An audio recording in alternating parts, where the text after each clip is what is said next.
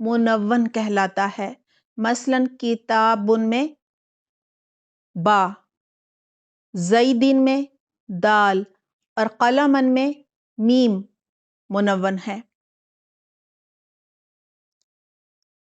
پھر ہم نے ایک ٹرم پڑھی تھی مشدد، وہ حرف جس پر تشدید ہو یعنی 3 دندانے کی شکل کی علامت ہو مشدد کہلاتا ہے۔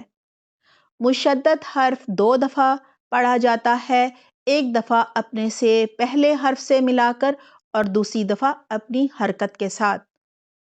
مثلاً مسلمتن میں لام مشدد ہے، دیکھیں میم پیش مو سین زبر لام سل، پہلا لام ساکن تھا، تشدید میں 2 لام ہے نا، پہلا لام ساکن تھا، سین زبر لام سل مسل، پھر لام زبر لا مسلح، لام 2 دفعہ پڑھا گیا نا، مسلمتن۔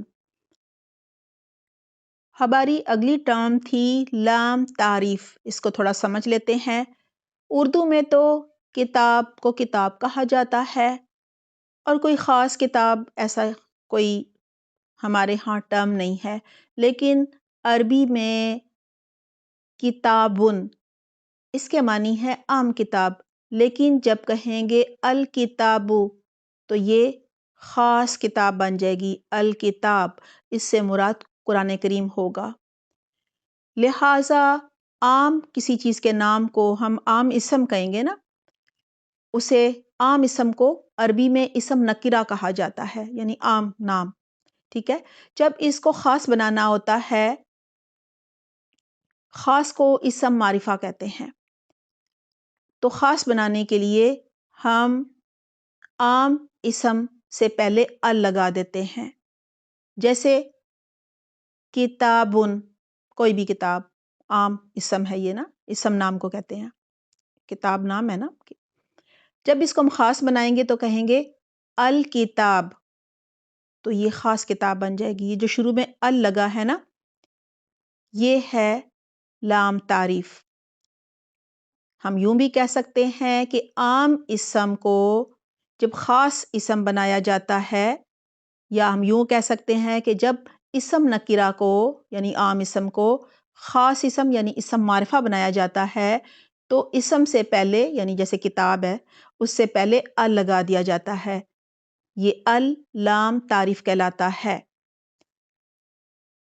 اردو میں ایک چیز کو واحد کہتے ہیں، زیادہ چیزوں کو جمع کہتے ہیں، لیکن عربی میں ایک چیز کو واحد کہتے ہیں، اسے مفرد بھی کہا جاتا ہے، مثلاً کتابن، اور 2 چیزوں کو تثنیہ کہا جاتا ہے، مثلاً مسلماتانی، اور پھر جمع ہے جب 2 سے زیادہ چیزیں ہوں تو پھر جمع کہا جاتا ہے، مثلاً مسلماتن۔ پھر عربی میں ایک ٹرم ہے مذکر، اردو میں بھی ہے، نر کو مذکر کہا جاتا ہے، کوئی لڑکا ہو تو وہ مذکر کہلائے گا، اور مونس مادہ کو یعنی کوئی لڑکی یا عورت ہو تو اسے مونس کہا جائے گا۔ پھر ایک ٹرم ہے متکلم، بات کرنے والے کو متکلم کہا جاتا ہے۔ حاضر یا مخاطب، وہ جس سے بات کی جا رہی ہو۔ اگر عربی میں کوئی ایسا جملہ ہو جس میں تم کہہ کے مخاطب کیا جا رہا ہو تو اسے ہم کہیں گے حاضر یا مخاطب۔ غائب، وہ شخص جس کے بارے میں بات کی جا رہی ہو حاضر نہ ہو، جیسے ہم کہیں وہ لڑکا، وہ لڑکی، تو اسے ہم غائب کہیں گے، وہ سامنے حاضر نہیں ہوگا۔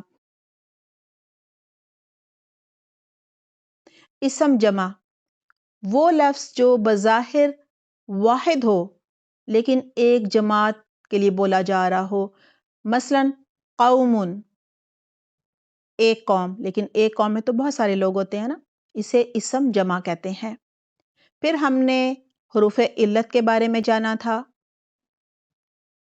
الف واو یا حروف علت کہلاتے ہیں، علت بیماری کو کہتے ہیں یعنی بیماری والے حروف۔ اور پھر ہم نے حروف صحیح کے بارے میں جانا تھا۔ حروف علت کے علاوہ باقی حروف تہجی کو حروف صحیح کہا جاتا ہے۔ ثلاثی مجرد 3 حرفی اسم اور فعل کو ثلاثی مجرد کہتے ہیں، یعنی جو 3 حروف سے مل کر بنتا ہے، ثلاثہ 3 کو کہتے ہیں نا، اسے ثلاثی مجرد کہا جاتا ہے۔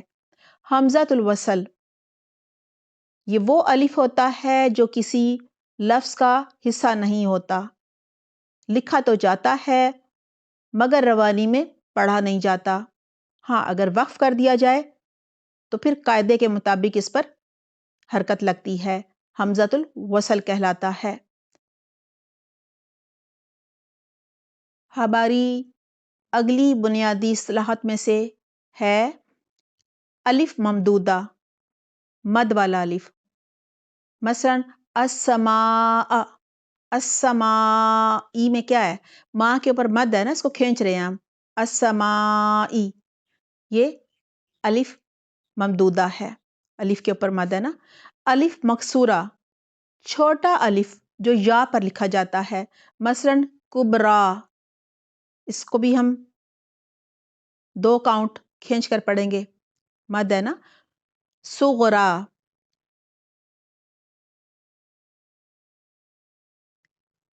معرب، جس لفظ کے آخر میں حرکات یعنی زبر زیر پیش بدلتی رہیں وہ معرب کہلاتا ہے۔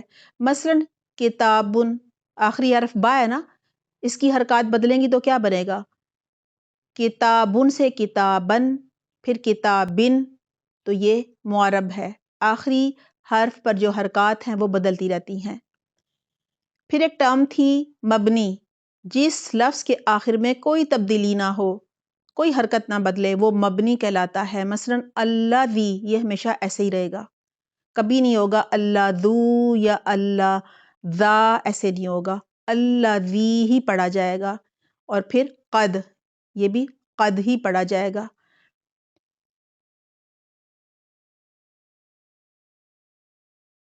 اگلی ٹرم تھی منصرف، وہ اسم جس کے آخر میں تنوین اور زیر دونوں آ سکیں، یعنی کبھی تنوین آ جائے کبھی زیر آ جائے۔ مثلا علی، آخری حرف پر تنوین ہے نا، تو یہ منصرف ہے۔ غیر منصرف، وہ اسم جس کے آخر میں تنوین اور زیر نہ آ سکیں، غیر منصرف کہلاتا ہے۔ مثلا عمر، عثمان، یہ نام ہے نا، یہ غیر منصرف ہیں، ہم کسی کو یوں تو نہیں کہیں گے نا کہ عمر عثمان، ایسے نہیں کہیں گے، نہ ہی زیر لگائیں گے کہ عمری عثمانی، ایسے بھی نہیں کہیں گے۔ ہماری آخری ٹرم تھی حمزہ، کیونکہ ہم نے حروف الہجا میں حمزہ کو شامل نہیں کیا تھا۔ حمزہ کا تعلق حرکات سے ہے، جب الف پر حرکات یعنی زبر زیر پیش یا جزم کی علامت آ جائے تو وہ الف حمزہ کہلاتا ہے۔